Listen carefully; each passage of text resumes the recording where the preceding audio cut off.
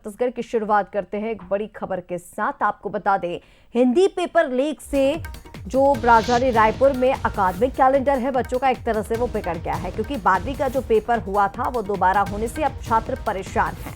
प्रतियोगी तैयारी पर इसका सीधा असर पड़ेगा। तो वहीं माध्यमिक शिक्षा मंडल पर कई तरह के सवाल खड़े हो रहे हैं। रिजल्ट अब तय समय से लेट हो जाएगा। दरअसल 10 अप्रैल को फिर से हिंदी की परीक्षा 12वीं के बच्चों की राजधानी रायपुर में होनी है और ऐसे में प्रवेश परीक्षाओं पर भी जो असर है वो बढ़ेगा।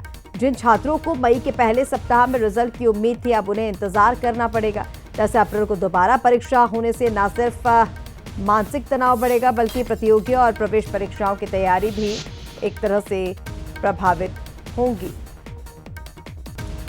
और ज्यादा अपडेट्स के लिए हमारे साथ ब्यूरो चीफ गौरव शुक्ला इस वक्त लाइव जुड़ रहे हैं। गौरव, किस तरह से इसे देखा जाए, क्योंकि पेपर लीक का मामला सामने आया तो अब हिंदी का एग्जाम दोबारा होगा। छात्र जो एक तरफ रिजल्ट आने की उम्मीद में थे, अब वो दोबारा परीक्षा देंगे तो इंतजार तो उन्हें करना पड़ेगा। और इससे क्योंकि वो आगे की जो तैयारी कर रहे थे, कई और जगह उन्हें एंट्रेंस एग्जाम देने होंगे, कुछ कॉम्पिटिटिव एग्जाम्स की तैयारी करते तो सीधा सीधा असर पड़ेगा और बच्चे अब इससे बहुत ज्यादा परेशान हैं। जी बिल्कुल, जिस तरीके से 12वीं बोर्ड की हिंदी पेपर का पर्चा लीक हुआ था, उसके बाद से माध्यमिक शिक्षा मंडल की काफ़ी किरकिरी हुई थी और लगातार तमाम दावों के बाद ये चीज़ होना कहीं ना कहीं कार्य पद्धति पर भी सवाल खड़े करता है। और लगातार सवाल उठने के बाद जहां माध्यमिक शिक्षा मंडल ने FIR भी दर्ज करवाया था सिविल लाइन थाने में, उसके बाद इस पेपर को भी रद्द कर दिया था। पूरा मामला ये है कि हिंदी का जो पेपर है उसका जो क्वेश्चन पेपर है वो इंस्टाग्राम में वायरल हुआ था और उसके बाद इसकी जानकारी जैसे ही सोशल मीडिया में आई, उसके बाद लगातार किरकिरी जो है यहाँ पर देखने को मिली थी। और अब ये हिंदी का पेपर जो है वो 10 अप्रैल को होने जा रहा है। और अमूमन हर साल जो है 12वीं और 10वीं का रिजल्ट जो है वो मई के पहले सप्ताह में माध्यमिक शिक्षा मंडल के द्वारा जारी कर दिया जाता था। लेकिन अब जब 12वीं के बोर्ड की परीक्षा जो हिंदी की पेपर लीक हुआ था वो 10 अप्रैल को पेपर होने के चलते इसके आगे बढ़ने की संभावना है। लेकिन इन सबके बीच में छात्रों के लिए बड़ा असमंजस की स्थिति रहेगी। जो आपने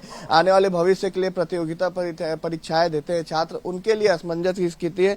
यदि हम देखें तो जेईई मेंस की परीक्षा जो है 10 अप्रैल से ठीक पहले 2 से 8 अप्रैल तक होने जा रही है। वहीं यदि हम देखें उसके बाद 17 मई को जो है जेईई एडवांस का पेपर होगा, फिर 3 मई को नीट यूजी की परीक्षा होगी, 11 से 31 मई तक कॉमन यूनिवर्सिटी एंट्रेंस एग्जाम होगा, 4 मई को अपॉइंटमेंट और एग्जिट परीक्षाएं होंगी। मतलब इतनी तमाम प्रतियोगिता परीक्षाएं हैं, तो बच्चे इन प्रतियोगिता परीक्षाओं की तैयारी करेंगे कि जो फिर से पेपर होगा, क्योंकि बच्चों के दिमाग में कहीं ना कहीं ये चल रहा होगा कि पहले परीक्षा पेपर यदि लीक हो गया है तो जब फिर से उसमें पेपर होने जा रहा है तो कहीं ना कहीं वो परीक्षा पेपर जो है काफी हार्ड भी आ सकता है, सवाल जो है वो काफी हार्ड भी पूछे जा सकते हैं।